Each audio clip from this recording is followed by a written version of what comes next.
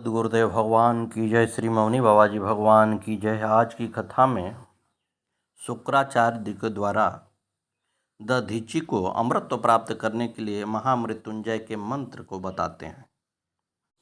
स्वामी दयानंद सरस्वती भोजन करने के पूर्व उसमें से कुछ भाग अग्नि को अर्पित करते, फिर पशु पक्षियों को खिलाते थे। उनका मानना था कि ऐसा किए बिना भोजन करना पाप है, मांसाहार के समान है। एक दिन पंडित हरिशंकर स्वामी जी की ऐसा करते देख बोले, जिस प्रकार आप भोजन करते हैं वैसे तो अन्य कोई व्यक्ति नहीं करता। स्वामी जी ने गीता के 3 अध्याय के 13वें श्लोक को पढ़ा और इसका अर्थ बताते हुए कहा, यज्ञ शेष अन्न को खाने वाले श्रेष्ठ पुरुष सारे पापों से मुक्त हो जाया करते हैं, किंतु जो केवल अपने लिए भोजन तैयार करते हैं और खाते हैं वे पाप ही को खाते हैं। समुत्पन्नो महातेजं राजा क्षुव इति स्मृतः अभिमन्त्रदधीचस्य मुनीन्द्रस्य महाप्रभो। सदगुरुदेव भगवान की जय। हे नारद, पूर्व काल में क्षुव नाम का एक राजा उत्पन्न हुआ था। वह महाप्रभु दधीची मुनि का परम मित्र था। कुछ समय बीतने के पश्चात तपस्या से प्रसंग में महर्षि दधीची एवं क्षुव राजा में महान अनर्थकारी विवाद हुआ, जो संसार भर में प्रसिद्ध है।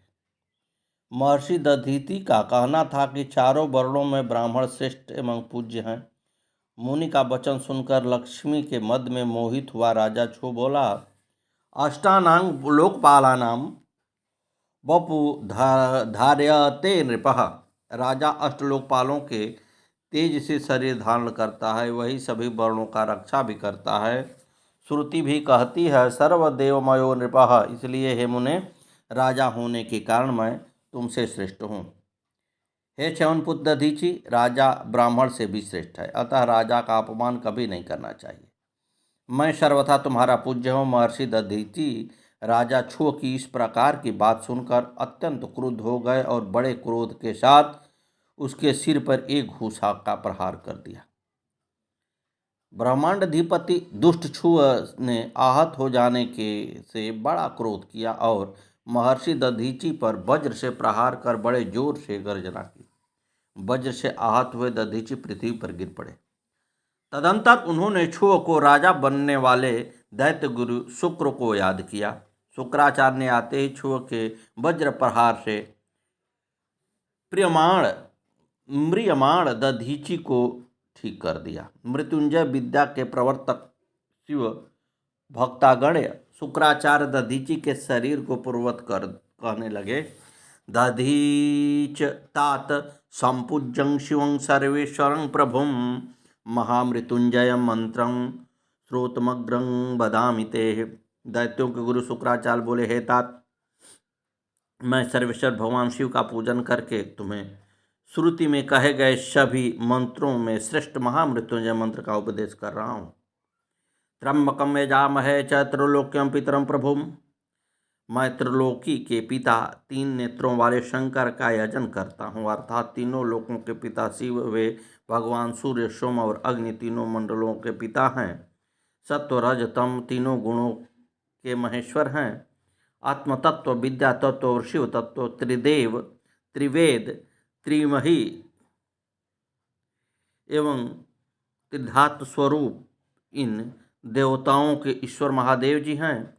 सुगंधि पुष्टिवर्धनम, जो त्रिदेवों के महादेव हैं एवं सुगंधि तथा पुष्टि को बढ़ाने वाले हैं, जो समस्त प्राणियों में तीनों गुणों में अपने प्रकृति के समान व्याप्त हैं तथा जो सब इंद्रों में, सब देवों में, सब गणों में, फूलों में रहने वाले सुगंधि के समान सबसे सब में सारभूत आत्मा के रूप में व्याप्त हैं।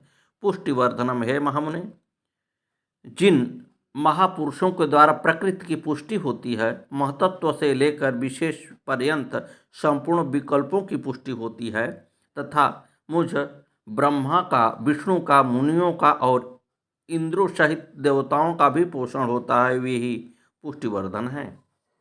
उर्वारुकमिव बंधनान मृत्युर्मोक्षयमामृतात्। हे प्रभो, जैसे खरबूजा पक जाने पर लता बंधन से छूट जाता है, उसी तरह से मैं मृत्यु रूपी बंधन से मुक्त हो जाऊं। वे रुद्रदेव अमृत स्वरूप हैं, जो पुण्य कर्म से, तपस्या से, स्वाध्याय से, योग से अथवा ध्यान से उनकी आराधना करता है, उसे नया जीवन प्राप्त होता है। इस सत्य के प्रभाव से भगवान शिव स्वयं ही अपने भक्तों को मृत्यु के सूक्ष्म बंधन से मुक्त कर देते हैं, क्योंकि वे भगवान ही बंधन और मोक्ष देने वाले हैं। जैसे उर्वारुक अर्थात ककड़ी का पौधा अपने फल को स्वयं ही लता के बंधन में बांधे रखता है और पक जाने पर स्वयं ही उसे बंधन से मुक्त कर देता है,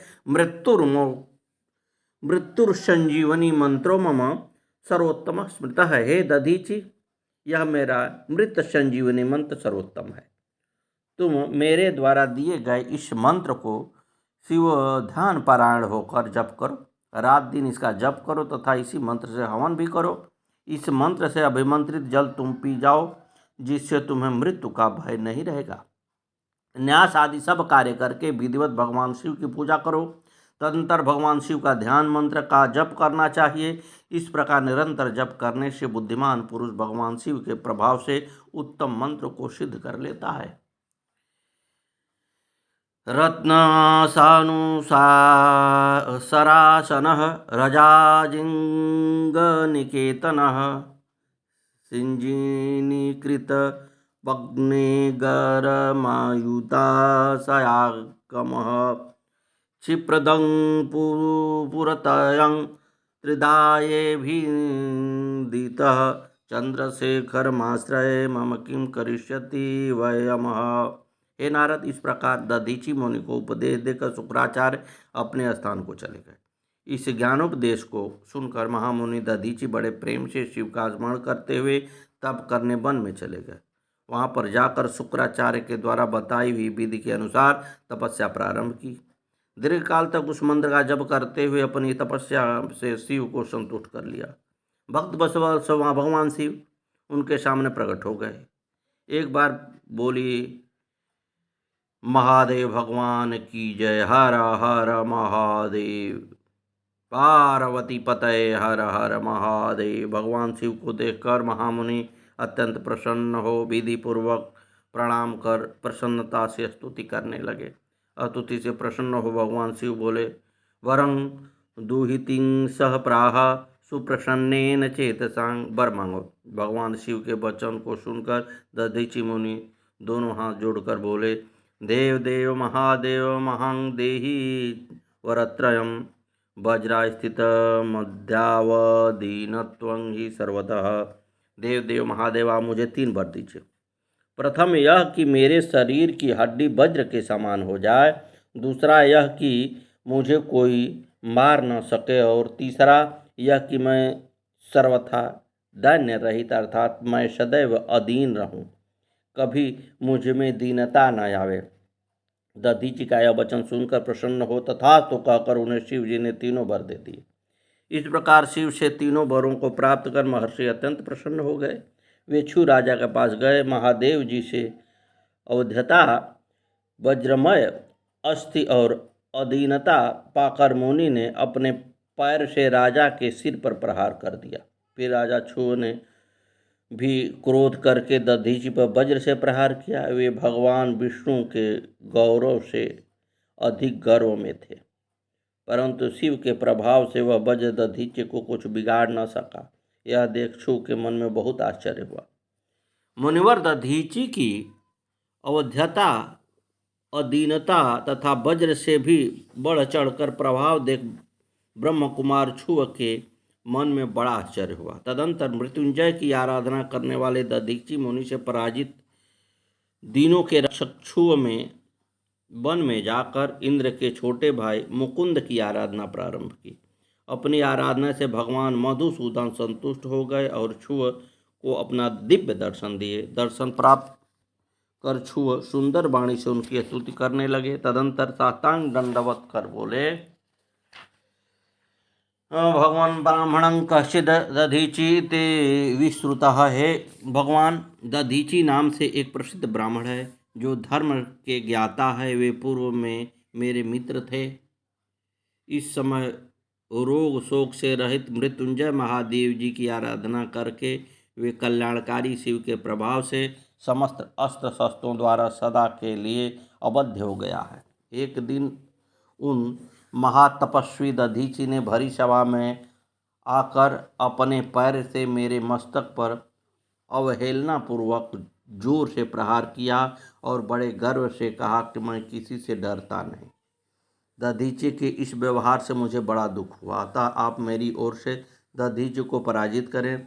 तब ब्रह्मा जी कहने लगे, अथ ज्ञात्वा दधीचस्यं अवध्यस्त्वं महात्मन। हे नारद, भगवान विष्णु ने दधीचि की अवध्यता देखकर अपने स्वामी महादेव की अतुलनीय प्रभाव का स्मरण करके छू से कहा, हे राजन, ब्राह्मणों को कहीं भी भय नहीं रहता, और उन ब्राह्मणों में भी जो रुद्र के भक्त हैं वे विशेष रूप से किसी का भय नहीं करते। अतः इस प्रकार के ब्राह्मणों को दुख देना मुझे तथा देवताओं के शाप का कारण बन जाता है। भविता तस्य शापेन दक्ष यज्ञे सुरेश्वरात् विनाशो मम राजेन्द्रं पुनरुत्थानमेव च। हे राजन, उसी ब्राह्मण के शाप को दक्ष के यज्ञ में मेरा विनाश अवश्य होगा, फिर शाप से निवृत्त होने पर पुनः उत्थान होगा। इसलिए मैं तुम्हारे साथ रहकर कुछ करना नहीं चाहता। मैं अकेला ही तुम्हारे लिए दधीचि को जीतने का प्रयास करूंगा। विष्णु की बात सुनकर शिव ने कहा, ठीक है प्रभु, आप ऐसा ही करें। ऐसा कहकर वे उस कार्य के लिए मन ही मन उत्सुक हो प्रसन्नतापूर्वक वहीं रहने लगे। इधर भगवान विष्णु राजा छू की रक्षा पूर्ण करने के लिए ब्राह्मण का रूप धारण कर मुनि दधीचि के आश्रम पर गए। वहां उन ऋषियों को प्रणाम करके छल पूर्वक बोले, हे शिव पूजन से निरंतर निरत रहने वाले दधीचि, मैं आपसे एक वर मांगता हूँ, उस वर को मुझे दो। तब दधीचि ने कहा, हे ब्राह्मण, मैं आपका भाव समझ गया। आप भगवान विष्णु हो। आप क्षु की कार्य सिद्धि के लिए ब्राह्मण का रूप धारण कर मेरे पास आए हो। परंतु हे जनार्दन, भूत भविष्यति देवेश वर्तमानः जनार्दनः ज्ञानं प्रसादं रुद्रस्य सदा त्रैलौकिकं मम। मुझे शिव कृपा से भूत भविष्य एवं वर्तमान इन तीनों कालों का ज्ञान सदैव बना रहता है। आपको मैं जानता हूँ, आप पाप भयहारी हैं। मेरे सामने यह मायाकृत ब्राह्मण का रूप त्याग दीजिए। उस दुष्ट छू राजा ने आपको अपनी आराधना से प्रसन्न कर लिया है। इतना ही नहीं प्रभु, मैं आपकी भक्त वत्सलता को भी जानता हूँ। अतः मेरे सामने छल त्याग कर अपने विष्णु रूप में हो जाइए और भगवान शिव का स्मरण कीजिए। मैं सत्य बात कहता हूँ कि मुझे शिव की पूजा अर्चना के प्रभाव से इस संसार में दैत्य दानव अथवा किसी देवता से भय नहीं है। तब विष्णु बोले, हे मुनिवर, आप शिव के भक्त हैं, अतः तुम्हारा भय सर्वदा नष्ट हो गया है। तुम सर्वज्ञ भी हो, परंतु मेरे कहने से तुम एक बार अपने प्रतिद्वंदी छू राजा से जाकर कह दो कि मैं तुमसे डरता हूँ। भगवान विष्णु के वचन सुनकर हंसते हुए दधीचि जी बोले, न बिभेमि सदा क्वापि कुताचिदपि किंचन। हे विष्णु, मैं साक्षात पिनाकधारी देवों के देव महादेव के प्रभाव से कहीं कभी किसी से किंचित मात्र भी नहीं डरता, सदा निर्भय रहता हूँ। ब्रह्मा जी कहते हैं, हे नारद, इस बात को सुनकर विष्णु को क्रोध आ गया और मुनि को नष्ट करने के लिए उन्होंने सुदर्शन चक्र उठा लिया, किंतु शिव कृपा से वह चक्र कुंठित हो गया। शिव राजा उसी जगह खड़े होकर यह दृश्य देख रहे थे। इस प्रकार उस कुंठित हुए चक्र को देखकर दधीचि हंसकर बोले, हे भगवान, शिव को द्वारा दिया गया यह चक्र मुझे शिव भक्त पर प्रहार नहीं कर सकता। उस वचन को सुनकर विष्णु ने अनगणित गणों की सृष्टि की, परंतु महर्षि ने उनको भी नष्ट कर दिया। फिर भगवान विष्णु ने अनेक प्रकार से उन ऋषि को मारने का उपाय किया, फिर भी निष्फल रहे। तब माया विशारद भगवान विष्णु ने महर्षि दधीचि को विस्मृत करने के लिए विश्वमूर्ति का रूप धारण किया। उस समय दधीचि ने विष्णु के शरीर से देवादियों सहस्त्रों जीवों का दर्शन किया। संपूर्ण ब्रह्मांड दिखाई देने लगा। यह सब देखकर दधीचि मुनि भगवान विष्णु से बोले हैं, माया त्यज महाबाहो प्रतिभासो विचारत विज्ञातानि सहस्राणि दुर्विज्ञेयानि माधव। हे महाबाहो, आप माया को त्याग दीजिए। इस माया को देखकर मुझे कोई आश्चर्य नहीं हो रहा है, क्योंकि हे भगवान, मैंने अनेक दुर्जय सहस्त्रों वस्तुओं को जान लिया है। मैं स्वयं आपको दिव्य दृष्टि प्रदान करता हूँ। अब आप मुझे संपूर्ण विश्व को तथा ब्रह्मा रुद्र आदि एवं स्वयं अपने आप को देखिए। ऐसा कहकर उस मुनि ने शिव के तेज से विराट शरीर धारण कर स्वयं के शरीर में विष्णु के समस्त ब्रह्मांड का दर्शन करा दिया। फिर महर्षि हंसते हुए निर्भय होकर बोले, हे विष्णु, आपसे तो मैं युद्ध चाहता हूँ, मुझसे आप युद्ध कीजिए। महर्षि दधीचि की बात को सुनकर विष्णु को बड़ा क्रोध उत्पन्न हो गया। उस समय जो देवता भाग गए थे पुनः दधीचि से युद्ध करने के लिए आ गए। ब्रह्मा जी बोले, हे नारद, उसी समय मैं भी राजा छू के साथ लेकर वहाँ आया और युद्ध करने से रोका। मैंने कहा कि इस ब्राह्मण से कोई जीत नहीं सकता। मेरी बात को सुनकर विष्णु ने ब्राह्मण दधीचि को प्रणाम किया। तदंतर राजा छो अत्यंत दीन हो उन मुनि दधीचि को प्रणाम कर प्रार्थना करने लगे, हे शिव भक्त दधीचि, आप मेरे ऊपर प्रसन्न हो जाइए। राजा छो की यह बात सुनकर दधीचि मुनि ने उन पर अनुग्रह किया, किंतु उस समय विष्णु आदि देवों को देखकर उन्हें बड़ा क्रोध आ गया था। फिर शिव का स्मरण कर उन मुनि ने विष्णु और अन्य देवगणों को शाप दिया। सदगुरुदेव भगवान की जय। श्री मौनी बाबा जी भगवान की जय। शो हम साई, शो हम साई। आगे की कथा कल। जय जय श्री सीताराम।